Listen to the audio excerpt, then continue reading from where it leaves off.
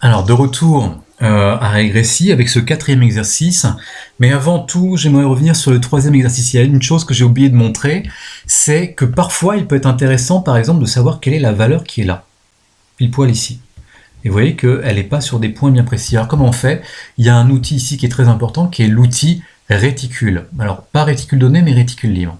Alors, pour l'instant, vous avez vu, je suis en standard. Quand je suis en standard, vous avez vu, j'ai une flèche qui se balade. Si je me mets en réticule, ici, réticule libre, tout à coup, j'ai une espèce de cible qui se balade, et cette cible, je peux la mettre n'importe où sur le graphique. Et donc, vous voyez qu'en même temps, il me donne, tout en haut, là, regardez, là, j'ai V égale 10,75, 10,86, vous voyez. Donc, en haut et à gauche, j'ai les valeurs, en réalité, que je cherche. Est-ce que je peux figer ces valeurs? Alors, la réponse est oui. On peut figer ces valeurs, donc je me place exactement à l'endroit où je veux. Donc j'ai 10,83 et dérivée de pH égale 1,999 cm3 par exemple, c'est ça qui m'intéresse. Si je veux figer ces valeurs pour pouvoir les imprimer, ce qui est important, c'est d'appuyer sur la touche espace. Alors j'appuie un coup sur la touche espace, voilà, et je déplace mon réticule. Et là, ce que je vois, c'est que effectivement, il m'a figé la valeur. Vous voyez ici 1,999, il m'a figé le point, il m'a fait une projection. Ok? Voilà, je peux me mettre sur un autre point ici, par exemple. J'appuie sur la touche espace et il m'a bien gardé le 1,999 et il m'a figé ici une autre valeur. D'accord? Ici, il m'a mis le 9,615. Alors, si vous vous posez la question pourquoi ici il m'a pas mis l'autre valeur, eh bien c'est parce qu'elle était proche, trop proche du 10,42, donc il n'a pas pu l'écrire. Donc ça reste un poil problématique. Mais bon, généralement, quand on cherche une valeur avec le réticule, on en cherche une seule, ou on en cherche deux qui sont suffisamment éloignés. D'accord? Donc je reprends. Au départ, on était en standard. Alors vous avez vu que les valeurs restent. Si je veux obtenir une valeur précise sur ma go, par exemple ce point qui est là, je me mets ici en réticule libre. Par exemple, je veux ce point-là, et j'appuie sur la touche espace. Ok? Et il me met la valeur. Et je reviens ensuite sur ce endroit. Bon.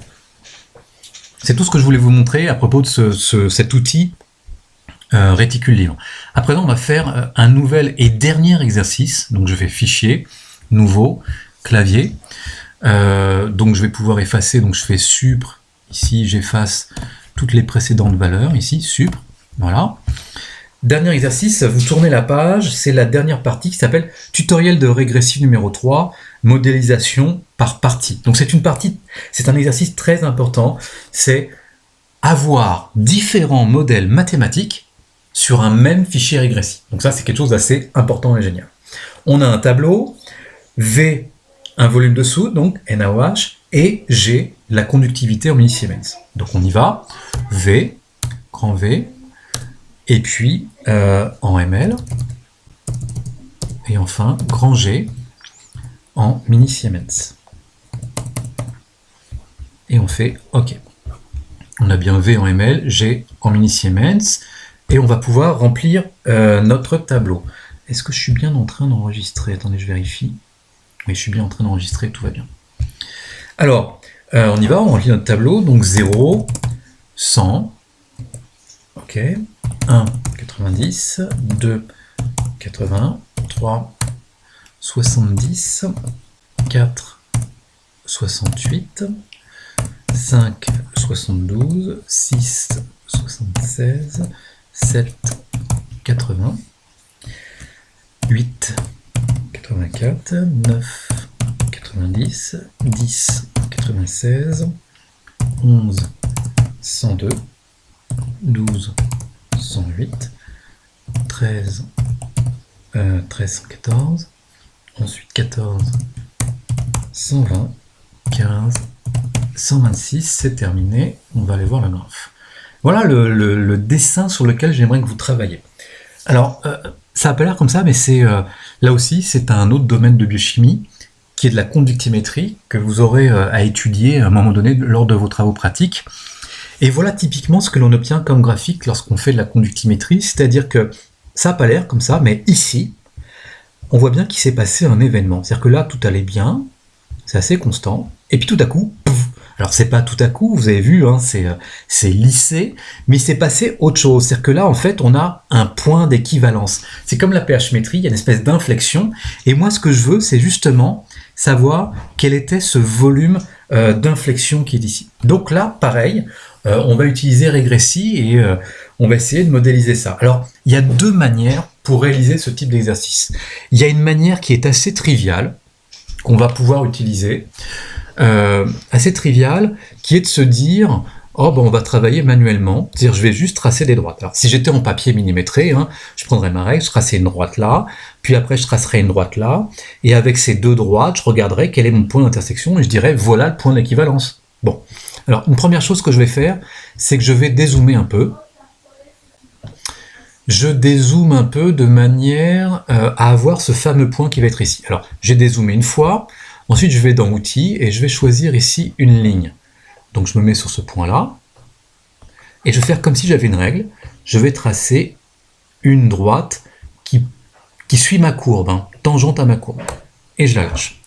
Ensuite, je rechoisis de nouveau une autre ligne, de nouveau en ligne, et alors vous voyez, il y a quand même deux segments de droite, il y a celui-là, et puis il y a celui-là. Alors moi, je vais m'intéresser à celui-ci, celui qui part le plus loin possible, ici, et je vais prendre la tangente, là, voilà, et je lâche. Et là, je me dis, effectivement, le point d'inflexion de mon dosage, elle se trouve exactement ici. Alors je prends le réticule libre, ici, et je dis, bah tiens, c'est quoi les coordonnées de ce point? Paf, à cet endroit-là, et je fais espace. Et là, j'ai figé mon point, outil, standard, et là, superbe, j'ai mon point d'équivalence. Il est à 4,063 millilitres. Donc, ça, c'est de la conductimétrie à gauche, hein, la conductance en millisiemens, mais mon point d'équivalence, c'est à 4,063. Donc ça, c'est une manière, très artistique, hein, mais absolument pas mathématique. On n'a fait aucune modélisation, donc si vous voulez, pourquoi pas, mais ça m'intéresse pas trop que vous travailliez de cette manière-là. Moi, j'aimerais que vous travailliez de manière plus mathématique, c'est-à-dire en utilisant vraiment les opportunités de Regressi. Alors, ce qu'on vient de faire, ce sont des lignes manuelles. Ça veut dire qu'en fait, on peut utiliser Regressi pour lui dire, tu vois, ces points-là, eh bien, ces points-là, justement, ils suivent un modèle mathématique qui est affine. Alors, comment on fait? Donc, on ouvre modélisation, ici, et on va lui dire borne. On va borner certains points. Borne, alors, RAZ des bornes, premièrement, ok, borne et nouveau modèle, voilà.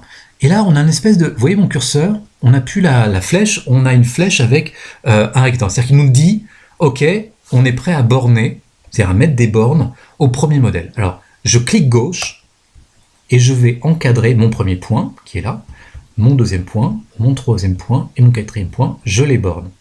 Et je lâche. Il me dit, ok, j'ai bien compris où étaient les bornes, quel est donc le modèle que vous voulez utiliser? Alors je dis, bah si dans les classiques, c'est affine, et je fais ok. Et là, c'est génial, parce qu'il m'a mis les bornes. Alors, vous allez me dire, on n'en voit qu'une, monsieur, c'est celle-là en pointillé. Oui, alors, les bornes, c'est deux choses, c'est les pointillés et surtout les triangles bleus.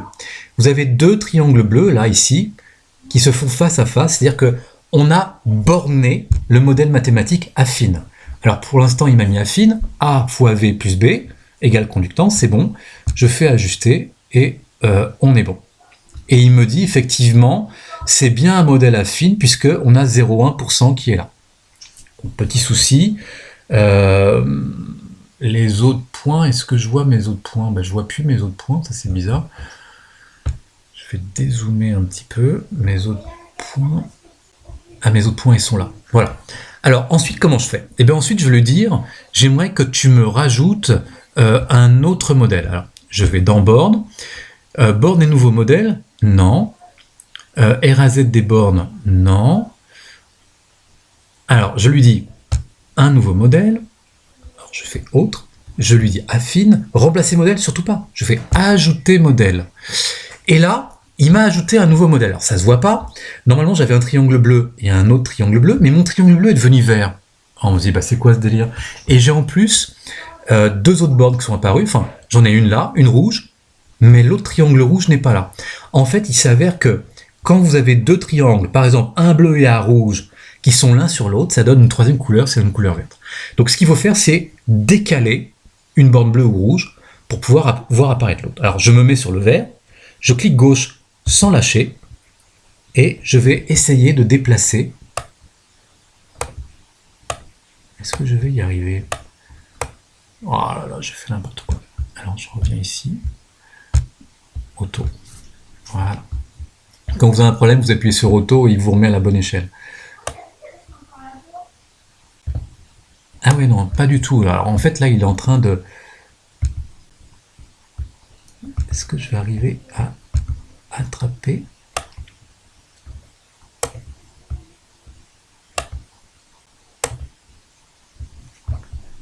Ça alors?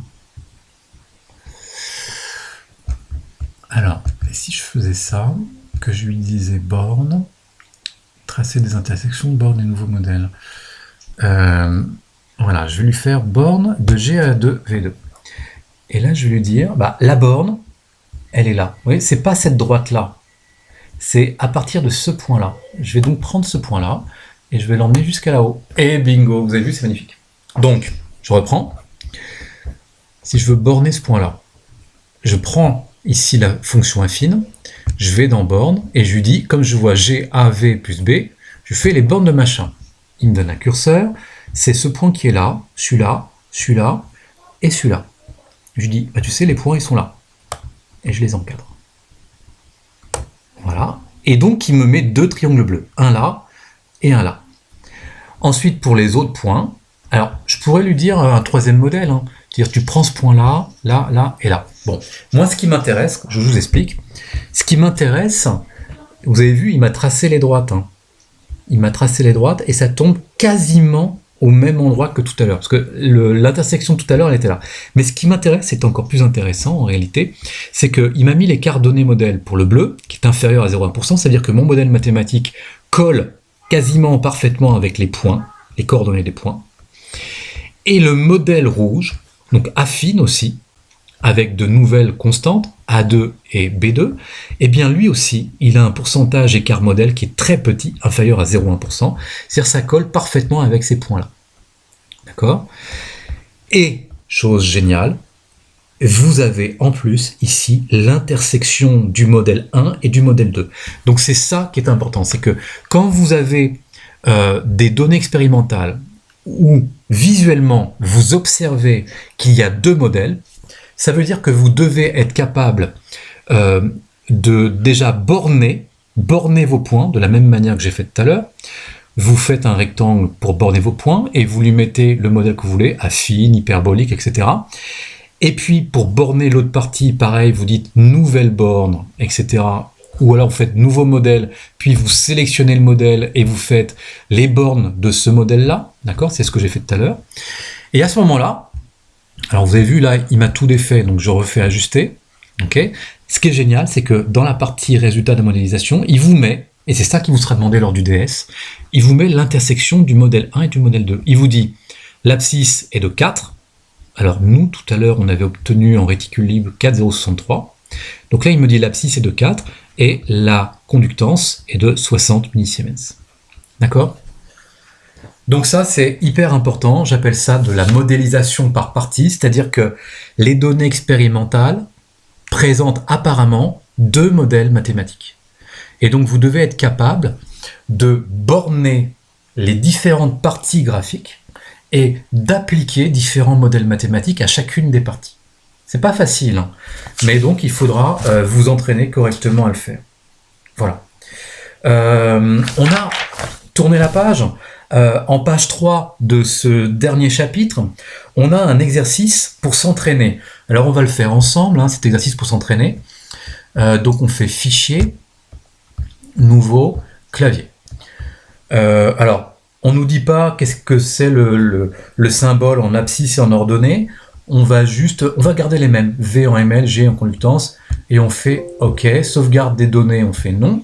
Voilà, il nous met un truc complètement vide. 0, 0. Alors, 0 et 0. 0, 0. Voilà. Ensuite, on a 2 et 4. Ensuite, on a 6. Non, 4 et 5, 7. 4 5.7, puis 6 et 6.6, 8 et 7.2, 10 et 7.7, 12 et 8, 14 et 8.2, 16 et 8.2, 18, 7.2, 18, 7.2, 20, 6.2, 22, 5.2 et 24, 4.2. Voilà, on va au graphe. Voilà le modèle. Et je tiens à vous dire que au DS, vous aurez exactement ce genre d'exercice. Alors, Regressi nous a tracé les points, il nous a tracé une courbe en segments, ce qui est complètement nul, hein, mais bon, c'est comme ça. Premièrement, quand vous voyez ce graphique, est-ce que vous vous dites « Oh là, il n'y a pas qu'un seul modèle mathématique ?» Effectivement, il y en a deux. On reconnaît un peu ce qu'on a vu dans un des exercices, c'est une hyperbole, ici. En tout cas, ça a l'air d'être une hyperbole type Michaelis, vous voyez? Et puis ici, on a clairement l'impression d'avoir une droite. Il faudrait vraiment être bigleux pour ne pas le voir. C'est-à-dire qu'on a apparemment deux modèles mathématiques. Il faut donc le borner. Ok? Alors, ce que je vous demanderai toujours, bien évidemment, c'est, au départ, vous ne savez pas quel modèle vous avez. Je viens de vous donner les éléments de réponse, mais vous testez un modèle mathématique et vous regardez toujours le pourcentage d'écart modèle. Et vous dites, modèle machin, 2%. Et vous l'écrivez sur une feuille de brouillon. Et vous dites, est-ce que c'est le meilleur modèle? Vous n'êtes pas sûr. Alors vous testez un autre modèle, sur les mêmes bornes. Hein.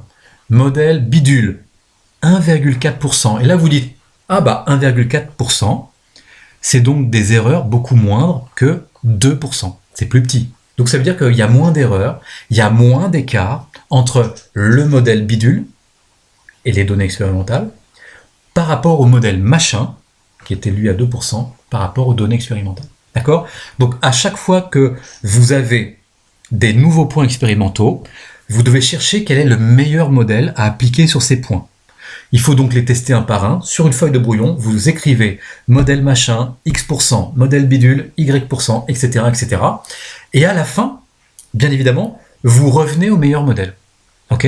Cela vous sera demandé au DS. Donc il faut savoir le faire. Donc ici, qu'est-ce que je fais? Je vais dans modélisation.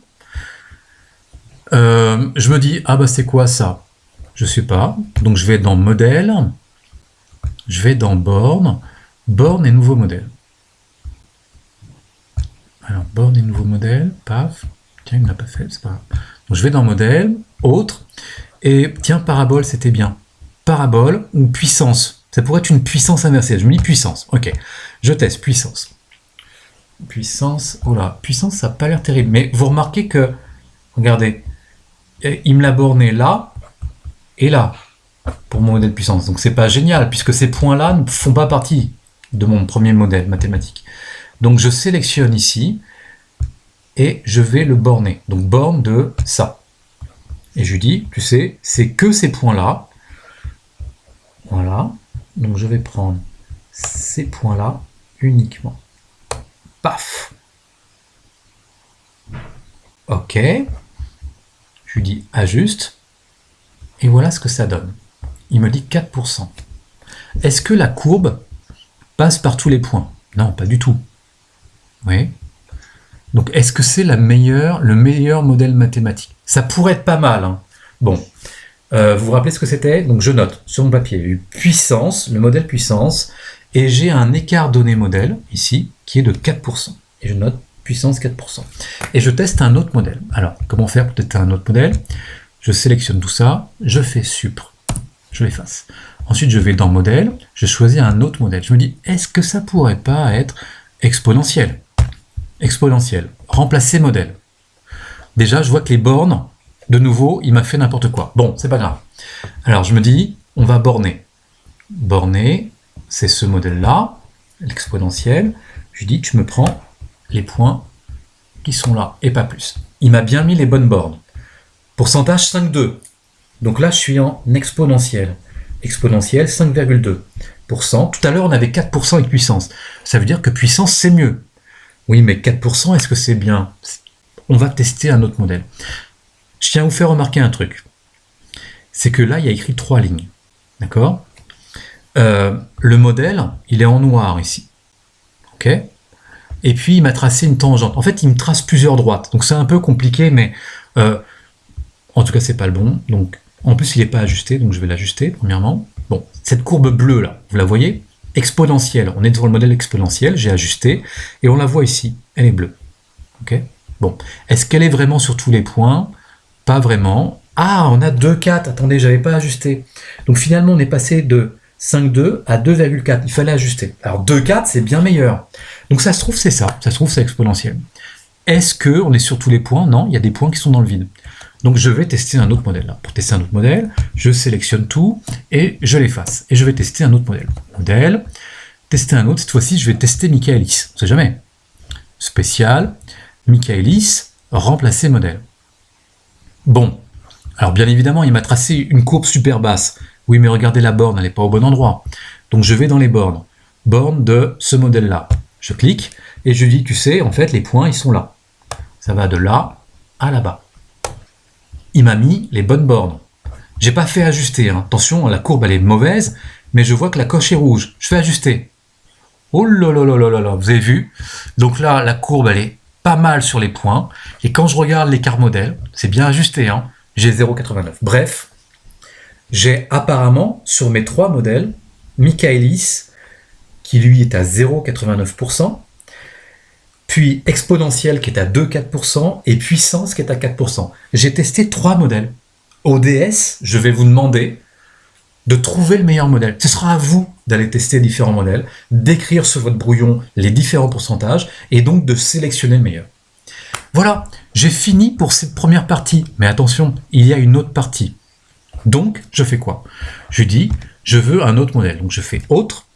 Et assurément, ça, c'est une droite. Donc, je vais choisir affine. Ne pas prendre linéaire. Si vous prenez linéaire, il va vous tracer une droite en partant de 0, 0. Et on ne peut pas faire une droite comme ça si on veut une droite qui fasse ça. Donc, on choisit affine. On ne fait surtout pas remplacer modèle parce que je veux conserver le premier modèle. Donc, on fait ajouter. Et qu'est-ce qu'il va me donner? Qu'est-ce qu'il me donne comme borne? Ben de nouveau, je me retrouve avec une borne à la noix, c'est-à-dire une rouge qui est là et une rouge qui est là-bas, qui s'est surimposée sur la première bleue. Donc c'est pas bon. Donc il faut lui dire, le affine, qui est là, il est mal borné. Donc je sélectionne, je vais sur borne, et je lui dis, tu me refais les bornes de l'affine. Je clique, et là, je vais sélectionner ce point-là, surtout pas celui-là, hein. On voit qu'il est plus sur la droite. Donc je sélectionne celui-là jusqu'à celui-là. Donc je me mets un petit peu en haut à gauche, et je lui dis, tu me sélectionnes ces points-là. Et je lâche. Et là, vous voyez que le triangle rouge est parfaitement bien positionné. Et il fait face à l'autre. Les deux triangles doivent se faire face. Mais il ne m'a pas tracé la droite. Pourquoi? C'est normal, on n'a toujours pas fait ajuster. On fait ajuster, et là, bingo, c'est superbe. On a nos 2 modèles. Alors, tout est ajusté. Hein. Le premier, écart modèle 0,89. Le deuxième, écart donné modèle, inférieur à 0,1. Bien évidemment, ça veut dire que c'est une droite parfaite. Et là, on a un point d'intersection. Et ça, vous voyez, c'est un point expérimental qu'on n'avait pas. Il se passe quelque chose dans mon expérience à ce moment-là, et je n'avais pas précisément ce point expérimental. Et si jamais l'enseignant vous demande quel est le point d'intersection des 2 modèles, eh bien vous regardez ici, intersection du modèle 1 et du modèle 2, volume 1577 ml. Donc là, on est pile poil à 1577 ml. D'accord? Donc voilà pour cet entraînement. Vous devez parfaitement savoir faire ce genre d'exercice. Donc on en a fait 2 exercices de modélisation par partie. Vous devez savoir choisir différents modèles, comparer les différents pourcentages et appliquer différents modèles à différents modèles à différentes parties du graphique. D'accord? Et bien évidemment, parfaitement enregistré. N'oubliez pas d'enregistrer tout ceci. Ok? C'est tout. C'est fini pour le tutoriel Régressi. C'était la dernière chose que je voulais vous montrer. Une fois que vous saurez faire ces 4 grands tutoriels, vous serez prêt pour le DS. À bientôt.